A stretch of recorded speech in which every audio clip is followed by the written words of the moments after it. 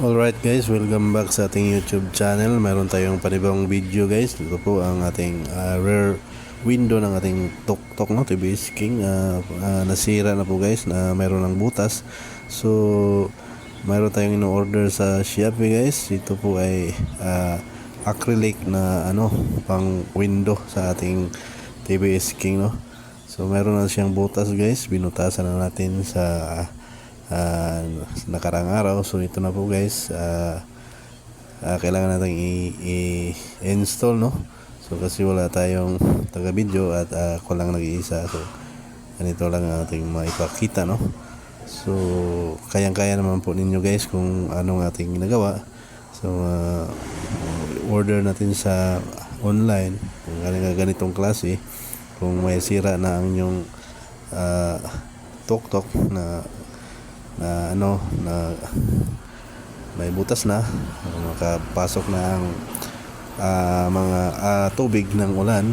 At ito po guys, DIY lang po natin. Mayroong bolt na lang po ating ginagawa.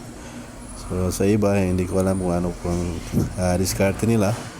At dito po guys, pwede nating lagyan ng pandikit ng sa akin ay lang, rugby lang po ang pinaano ko. So ito guys, pananalian na pong video yan, hindi pa natin pinipix lahat. So sabay na lang po natin guys ang pag change oil ng ating tuk-tuk, no? So tanggalin natin ang screw ng ating gearbox at sa engine oil, no? So yan po guys, napakasimple lang po ang ating ginagawang video at sana po ay nakikita niyo at nasundan. Yan po, gabi natin ginagawa guys kasi wala tayong oras sa araw. So pinapatulo lang natin ng hanggang isang oras o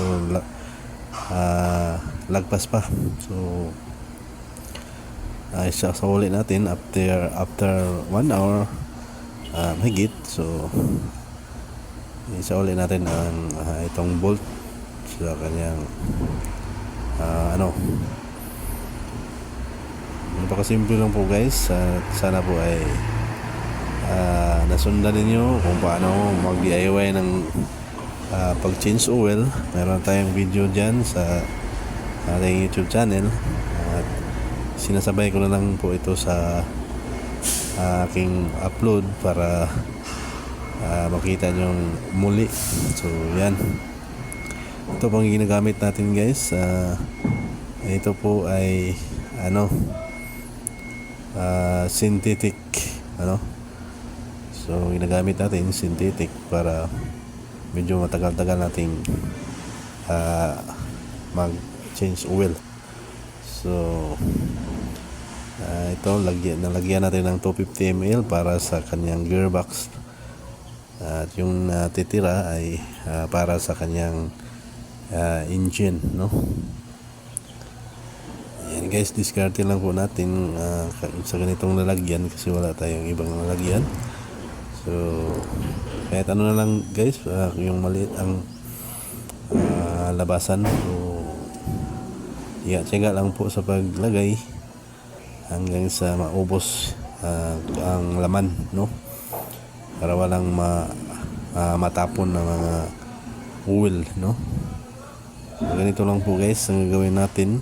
So kung tayo ang mag-DIY guys pa, gumagawa ng ganitong trabaho, no?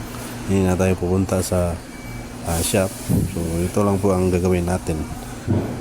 Wala tayong kasangkapan. So meron tayong embudo para naman sa malalaking butas ng ating engine, no? So ito po 1 liter to guys at iubos natin to, no? Hindi natin na video guys kasi hindi naka-play yung ating video. So ito po guys ay 2040. So fully synthetic po siya guys at maganda pong gamitin sa makina po ito guys.